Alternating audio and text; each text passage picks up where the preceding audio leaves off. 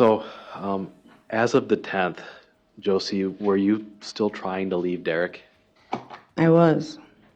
And did you talk to Derek at all about whether or not you could fix your relationship?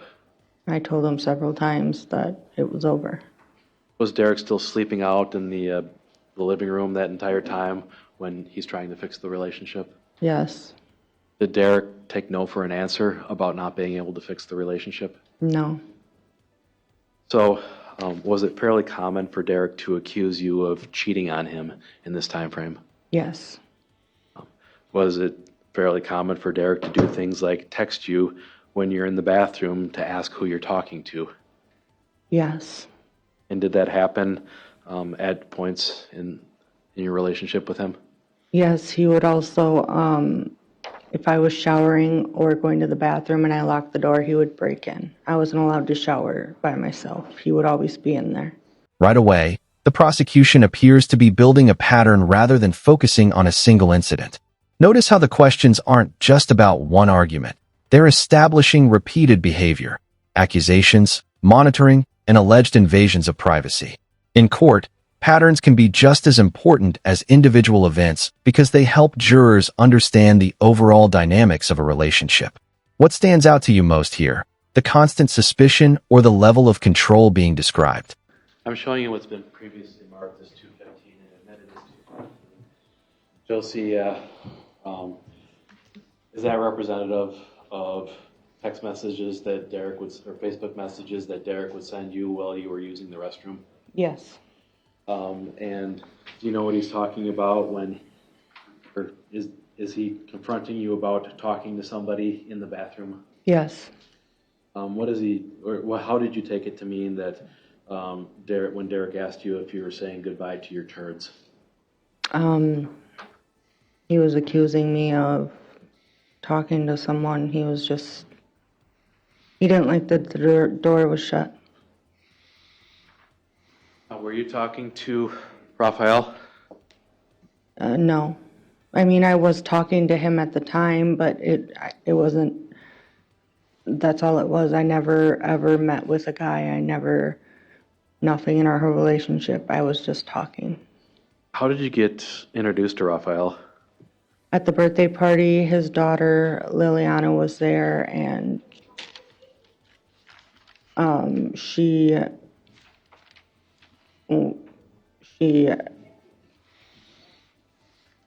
introduced the two of you? yeah, Was Raph actually at the birthday party or no? he was not there.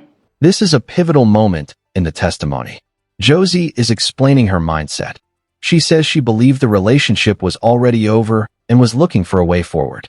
Whether jurors fully accept that explanation or not, understanding a witness's state of mind can become crucial when evaluating later decisions and actions. Keep this point in mind. It may influence how the jury interprets everything that follows.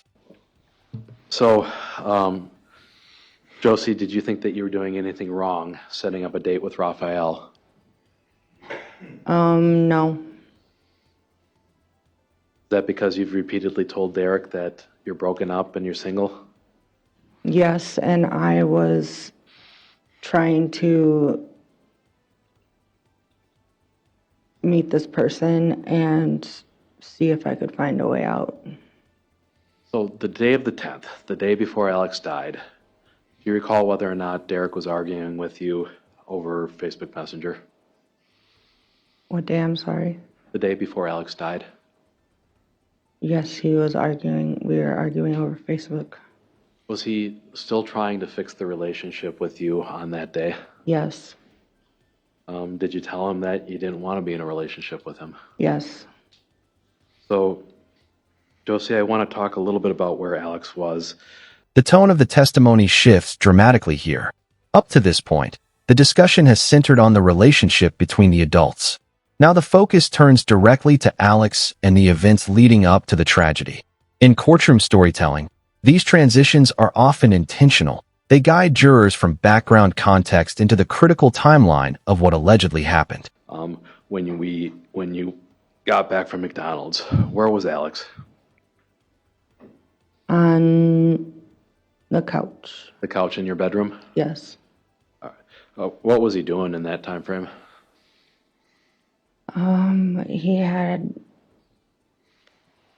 He slept for a while before Derek got home. Was Derek supposed to come back to the house on that day? No. Did you, in fact, tell him at some point that you really should be following the no contact? Yes. Why'd you say that to him? Because that's what I thought was right, and I was scared of him. So, when Derek got home from work, did you notice any interactions between him and Alex? Yes. Tell us what you noticed. He came home and went right into Alex. And he was talking to Alex, and then when Alex had thrown up and I was in there, he had grabbed me a bag and a bucket when Alex puked. Did he notice anything else about Alex that changed Derek's demeanor?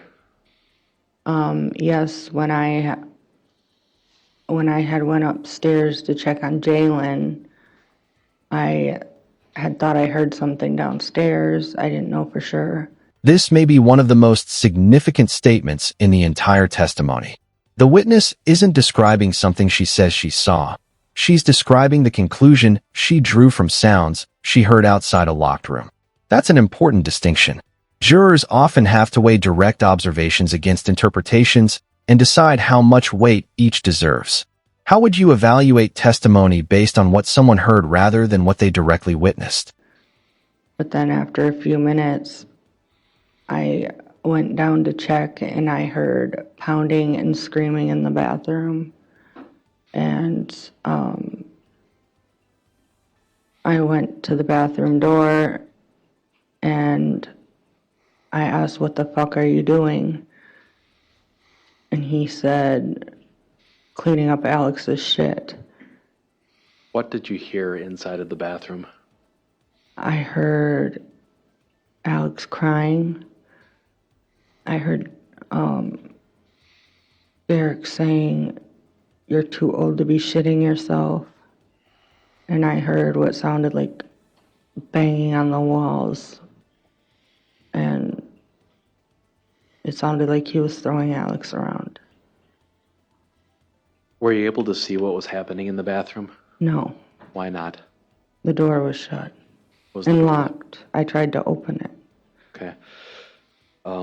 What was your impression from what you were able to hear from outside of the bathroom as to what was happening inside of the bathroom? That he was beating Alex. I'm asked to publish what's been previously received as Exhibit 216. Now we're seeing why physical evidence matters so much in court. The attorneys are connecting photographs and objects from the scene to witness testimony. Evidence like this can either reinforce a witness's account or raise new questions that need answers. The prosecution appears to be using these exhibits to help jurors visualize events rather than relying solely on verbal descriptions. Okay.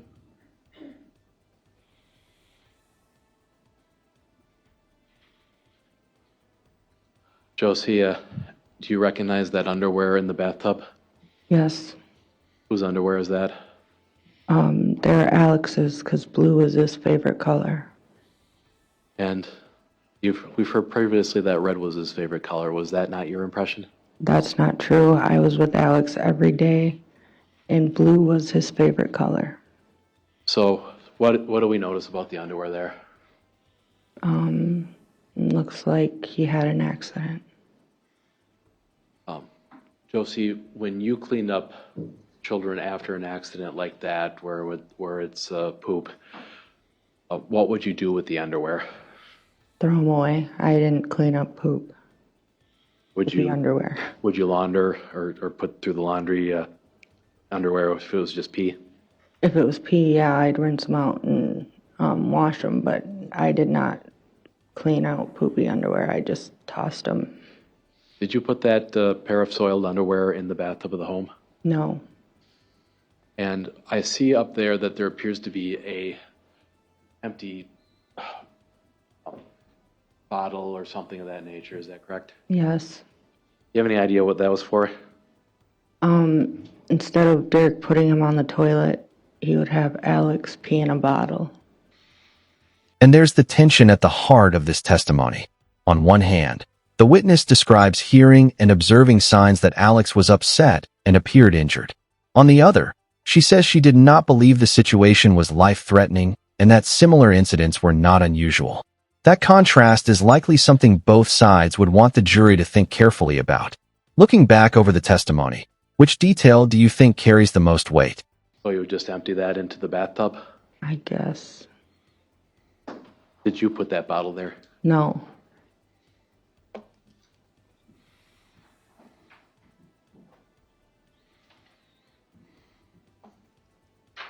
What did Alex look like when they emerged from the bathroom? His stomach was red. He had boogers coming out of his nose. He was crying. His face was red. And his arms were red. How did Alex look to you? He looked hurt. Is it your impression that he had boogers on his face because he had been crying? He was crying, yeah. Did you hear him crying inside of the bathroom? I did. Did you see him crying afterwards? He was more like sniffling when he came out. Was Alex wearing pants or underwear at that time? No, Derek took him into my room and put a pull-up on him. What did you notice about Alex after Derek took him into his room and put the pull-ups on him? He put a pull-up on him and put him on the couch, and Alex started to calm down, and I put a movie on for him and asked if he was okay, and he said yes, but a lot of times he said that.